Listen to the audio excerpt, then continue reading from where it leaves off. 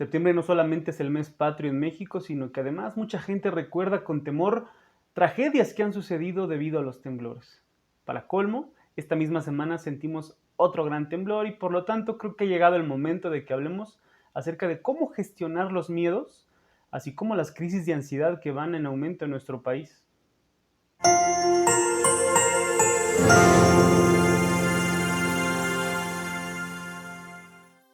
Los trastornos de ansiedad van en aumento en nuestro país. Actualmente se calcula que un 15% de la población, imagínense, casi 20 millones de personas en México están sufriendo de algún tipo de trastorno de ansiedad. Se presenta principalmente entre los 15 y los 45 años de edad, la edad donde se supone es la más productiva, en donde estamos en plenas capacidades físicas para disfrutar de la vida, ¿no? Pues llega este trastorno a impedirlo en estas personas y pues se presenta más en mujeres, hasta 2 mujeres por cada hombre. Estas estadísticas tendrían que llamarnos la atención y tendríamos que empezar a hablar. Se está volviendo un problema de salud pública y por lo tanto es bueno que sepamos de qué se trata para poder buscarle una solución. Pero, ¿qué es el miedo? El miedo, como ya lo vimos en el video del manejo de las emociones, es una de las emociones primarias y en este caso es una sensación desagradable, intensa, que se siente cuando percibimos que existe un peligro, el cual puede ser real o aparente, el cual puede estar en el presente, pero también puede ser una amenaza a futuro o incluso puede que sea algo que nos haya pasado antes, que esté en el pasado. Así que no necesariamente lo despierta siempre en las mismas circunstancias, pero es siempre una reacción de nuestro organismo de supervivencia para que nos pongamos a resguardo cuando percibimos algún peligro.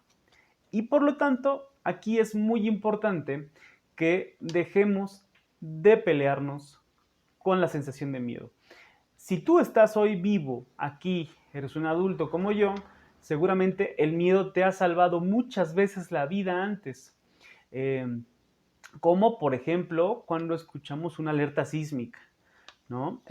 Esa es una percepción de peligro y nuestro organismo responde con una sensación de miedo, la cual es la que hace que me ponga activo y me ponga a resguardo en ese momento. El problema es que no siempre va en el mismo grado nuestra sensación de miedo con el peligro percibido.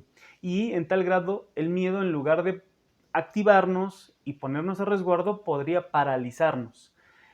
Como por ejemplo, cuando escuchamos una alerta sísmica y si no aprendemos a gestionar esta emoción, en lugar de ponernos a salvo, podría paralizarnos con las consecuencias que sabemos que esto puede traer. Así que aprendamos antes que nada a no pelearnos con el miedo, sino a gestionarlo adecuadamente para usarlo a mi favor.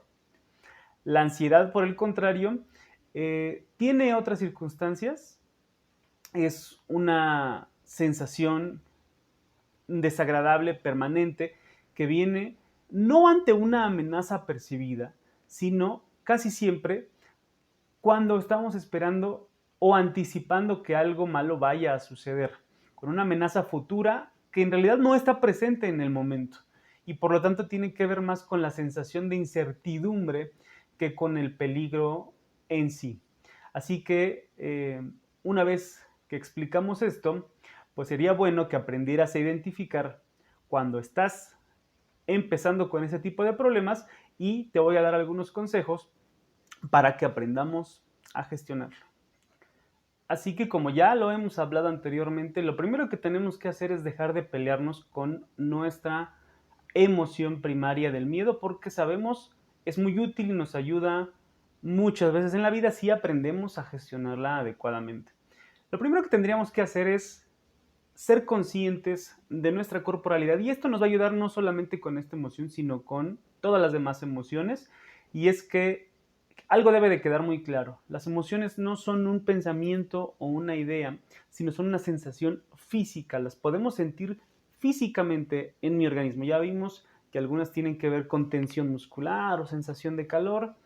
En el miedo está caracterizado por la reacción física de mi organismo que me prepara para huir. Tenemos que tener muy presente eso y por lo tanto nuestro corazón puede latir muy fuerte y muy rápido, así como mi respiración se acelera de manera importante, dándome estos dos componentes, oxigenación y una irrigación sanguínea importante a mis músculos para salir huyendo.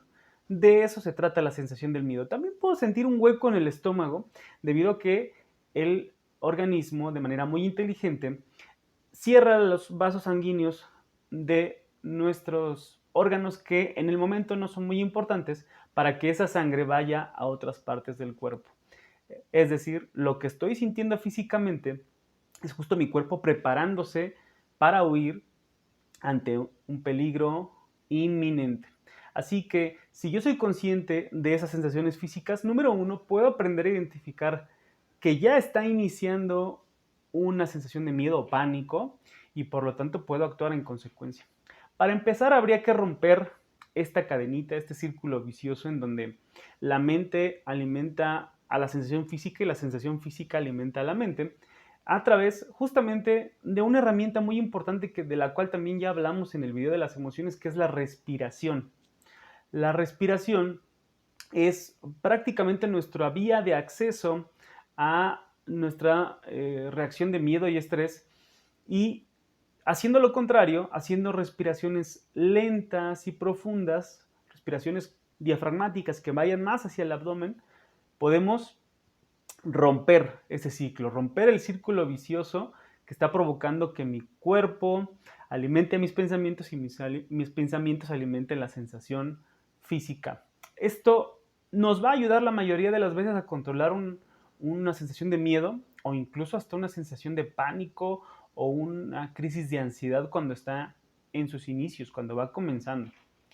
Una vez que ya nos sentimos más tranquilos o incluso si queremos tratar una sensación, un trastorno de ansiedad más crónico, podemos utilizar algunas estrategias para, para lograrlo. Por supuesto, la recomendación de siempre es, si ya está empezando a provocar problemas en tu vida, por favor, acude con un profesional, el cual te va a dar las estrategias que yo te voy a dar y muchas más. Pero podemos empezar por estas estrategias. Número uno, puedes empezar por ponerle nombre a lo que te está dando miedo. Y es que si ya vimos que a diferencia de la sensación de miedo que se despierta por un peligro real, un peligro que está sucediendo en este momento, como la alerta sísmica, por ejemplo, los ataques de ansiedad o de pánico casi siempre se despiertan por un miedo futuro, por algo que no está pasando en este momento, sino por algo que yo creo que puede pasar. Y por lo tanto se conecta mucho con la sensación de incertidumbre, en realidad no sé qué va a pasar, no sé a qué le tengo miedo. Esto suelen comentarlo muchos pacientes. Cuando les preguntamos a qué es lo que le tienen miedo, muchas veces no saben decir a qué le tienen miedo. Así que el pensar, el ponerle nombre a tu miedo, quizá ayude un poquito a que tu mente ya no tenga esta sensación de incertidumbre y pueda controlarse un poquito más. Por ejemplo, si regresemos a este tema de la alerta sísmica, quizá a todas las personas nos dan miedo diferentes cosas, quizá, como lo vimos ayer, un temblor no siempre provoca desastres, así que deberíamos de empezar por ahí, pero también quizá podemos tenerle miedo a que provoque ciertos desastres, a perder mis cosas materiales, a perder mi propia vida o salud o la de algún familiar. Todos estos miedos son distintos en cada persona y por lo tanto habría que ver cuál es el mío, cuál es mi incertidumbre y por lo tanto el tenerlo más claro quizá ayude a que ya no sea un miedo futuro, sino que ya resuelva el problema que tengo de momento. Número dos, una vez que ya lo hayas identificado, que ya sepas cuál es tu miedo, no lo juzgues, no te juzgues por tener ese miedo. Como ya lo hablamos anteriormente, los miedos no solo son una reacción normal, sino hasta útil si la aprendemos a usar. Así que no deberías sentir pena o vergüenza por sentir este miedo, lo cual hacen muchas personas con trastorno de ansiedad y se aíslan, no lo comentan con nadie. Todo lo contrario, tenemos que aprender a no juzgarnos por sentir lo que estamos sintiendo y el hablarlo con algunas personas, sobre todo con algún profesional de la salud, puede ayudarnos a gestionarlo un poquito mejor. No te sientas mal por tener esta sensación. Todos sentimos miedo y todos hemos sentido pánico alguna vez en nuestras vidas. Eh, Habría que ver cómo fue que inició este miedo. Por lo general, un ataque de pánico o un trastorno de ansiedad tienen el antecedente de algún trauma. Hay alguna historia detrás de tu ataque de pánico y si eh, recuerdas un poquito, tal vez tengas presente cuándo fue que nació este miedo a algo futuro, algo que en realidad no está pasando, pero que podría pasar. El contarte esta historia, el recordar un poquito qué fue lo que pasó aquella vez, qué fue lo que pasó en aquel trauma, quizá te cuente algo que no estás tomando en cuenta. Nuestro subconsciente casi siempre nos recuerda a través de esos ataques de pánico que en esa situación de trauma yo no tuve ciertos recursos para solventar una crisis. Y te está hablando entonces tu organismo a través de una sensación de ansiedad, de pánico, de miedo, de que necesitas quizá trabajar en ciertos recursos. Quizá en el último temblor yo no pude resolver una situación por algún tema en específico que hoy podría resolverlo. Hoy podría prepararme, tener, no sé, algún guardadito económico o tener a la mano una mochila con todos mis documentos importantes. Algo que no hice esa última vez y que me generó mucho miedo y mucho pánico y que hoy puedo prepararme para la situación. El siguiente consejo es que no solo te cuentes tus momentos de pánico o de estrés o tus traumas, sino cuéntate también las veces que lograste solventarlo. Cuéntate también tus historias de éxito. Aquellas veces en donde han sucedido temblores, por ejemplo, regresamos mucho a este tema porque lo tenemos muy presente, y lograste solventarlo sin ningún problema. Resolviste el problema adecuadamente, pusiste a resguardo a tu familia y a ti, no perdiste, cosas materiales. ¿Cómo le hiciste? ¿Qué recursos utilizaste? Tal vez el tenerlos muy presentes te haga solventar una crisis la próxima ocasión. Aquí hablo mucho del temblor porque nos acaba de suceder, pero podemos utilizarlo con cualquier circunstancia de la vida.